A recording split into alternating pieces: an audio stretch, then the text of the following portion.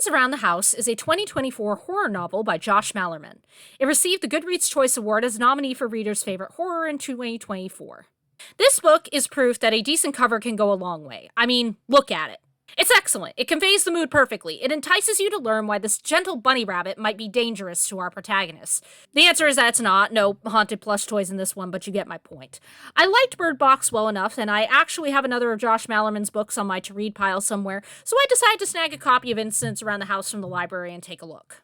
The story is recounted from the perspective of 8-year-old Bella, who lives with her frustrated and resentful mother and loving but childish and somewhat irresponsible father, referred to as Daddo in the book. I will not be referring to him as Daddo in this recap. Also, there's a monster in her closet that she refers to as Other Mommy that wants to, and I quote, go inside Bella's heart to be carnations. We later find out that the actual word is reincarnated. Initially, Bella's parents assume that this is a nightmare, night terror, imaginary friend, whatever, until the night her mom overhears someone in her daughter's room speaking to Bella with her, the mom's, voice.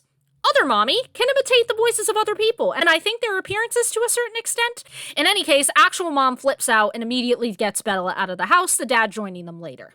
What ensues is the family running from place to place. Friend's houses, grandma's house, a friend of grandma's house, motels, sleeping in their car, etc. The problem, one that they take a long time to accept, is that Other Mommy isn't bound to the house. She's bound to Bella. So no matter where they go, she's going to follow.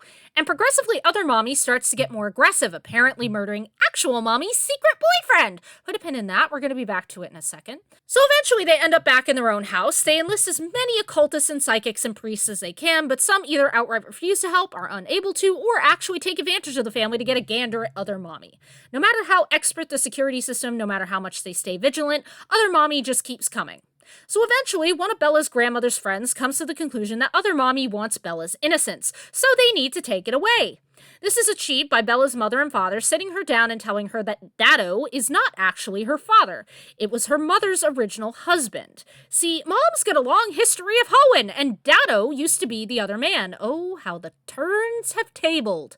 And while it sure is understandable that her parents would not drop this information on a child as young as Bella under normal circumstances, she is understandably furious at having been lied to.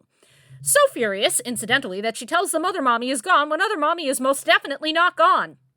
The family returns home and tries to resume normal life until one night when Other Mommy comes back again. I'll decline to give away the final twist, in part to save some of the book's mystery for potential readers, and in part because I don't quite understand what happened. So, on the grand spectrum of horror, this is certainly not the worst book I've ever read. But it wasn't the best either.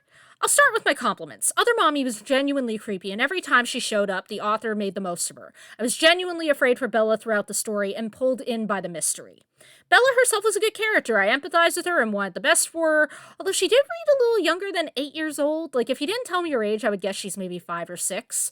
But overwhelmingly, I found that Other Mommy presented a legitimately horrifying threat throughout the book, so it very much succeeded on that end. I also thought that it was an interesting choice to show the family being repeatedly failed or turned on by their friends, family, and neighbors. As the book went on, it got clearer and clearer that the family would have to make their own solution, or that there was no solution to be found. It added to the sense of horror that no matter where they went, nobody was really able to help them solve the problem. Finally, and this might sound odd, but I also kind of like that the story acknowledged Bella's feelings and perspective on her mother resenting motherhood and perceiving Bella as a burden or something that was preventing her from doing the things she wanted to do. I feel like a lot of modern media likes to examine the whole motherhood is hard, women resent the loss of freedom and sense of self that can come with motherhood, and that's fine, but I also feel like there's a strong tendency to gloss over, the child, who had zero choice about coming into the world, being resented and made to feel like a burden for simply existing.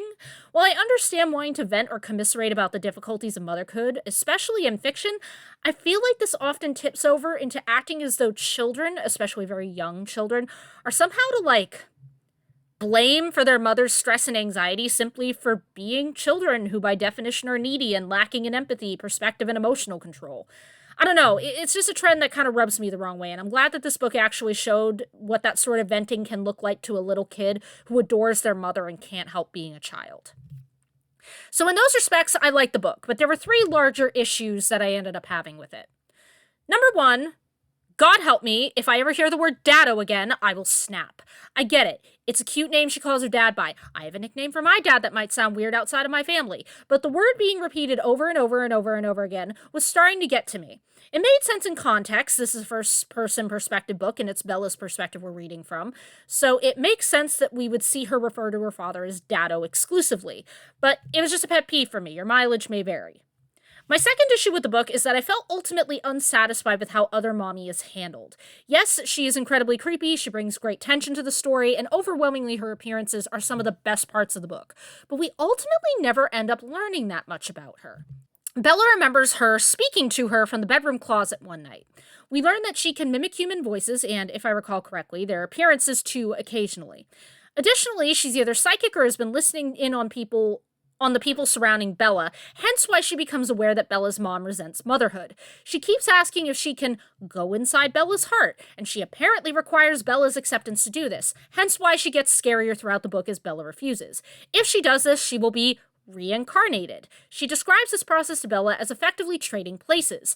Other Mommy will walk around in Bella's body, and Bella will go to wherever Other Mommy is from, which is never really specified. So, slightly contradictory information.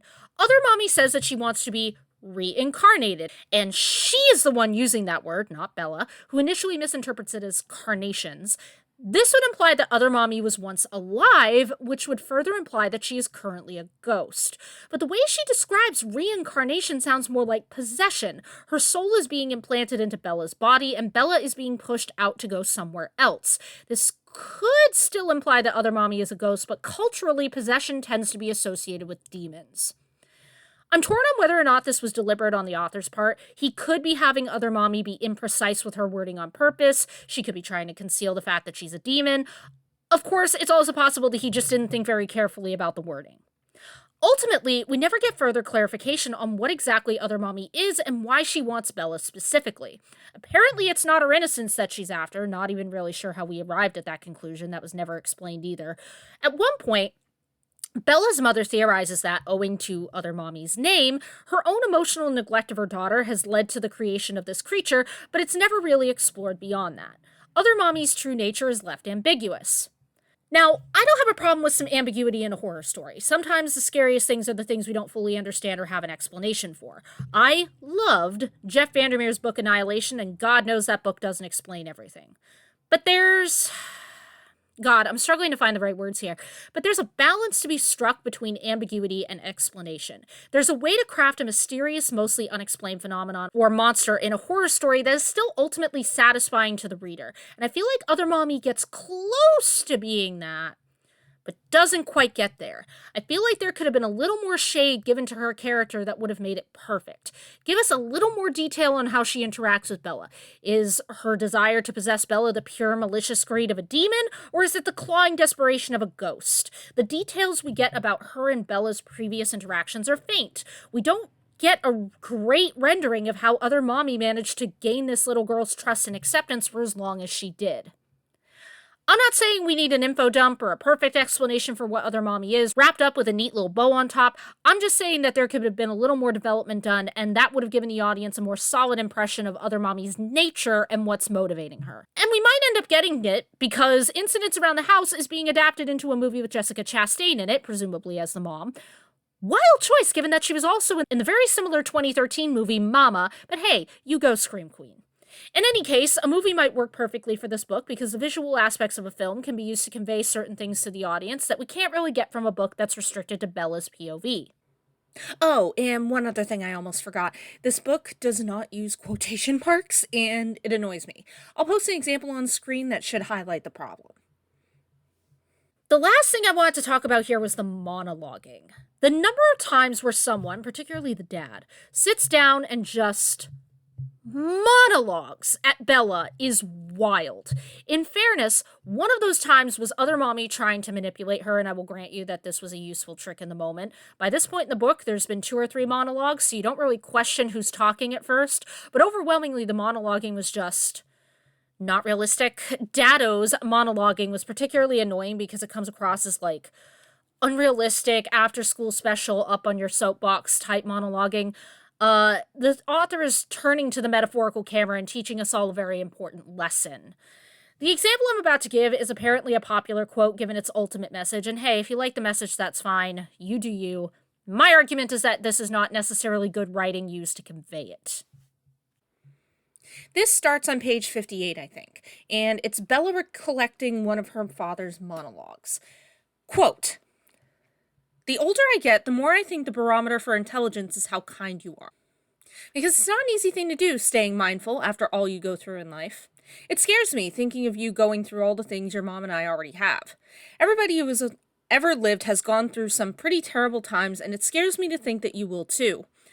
I don't talk about these things when you're awake because I don't want to scare you. What kind of father tells his kid that they're going to go through hell and back? Well, I guess one day you'll need to know it. And it's not just about crushed dreams and failed relationships.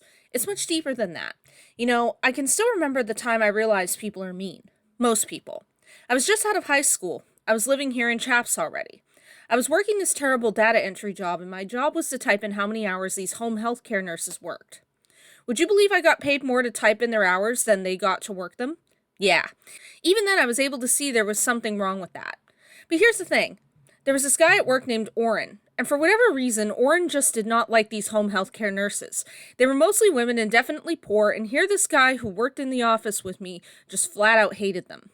Well, we would hand out the paychecks weekly. The nurses would line up in the office after helping people in their homes, their apartments, and Orrin and I would hand out the checks, and the nurses would make sure that we had the hours right before leaving. Justifiably so.